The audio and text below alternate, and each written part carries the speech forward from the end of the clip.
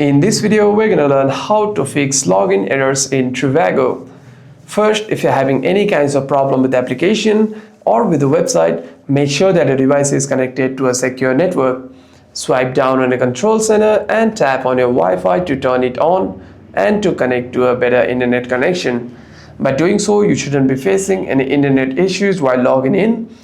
And if you're still having any problems while logging in, you can simply swipe up and navigate yourself to the Trivago application. Tap and hold on to the application and click on App Info. Scroll down, tap on Storage and Cache and click on Clear Cache. Click on Clear Storage and delete your files, and by doing so, you shouldn't be facing any problems.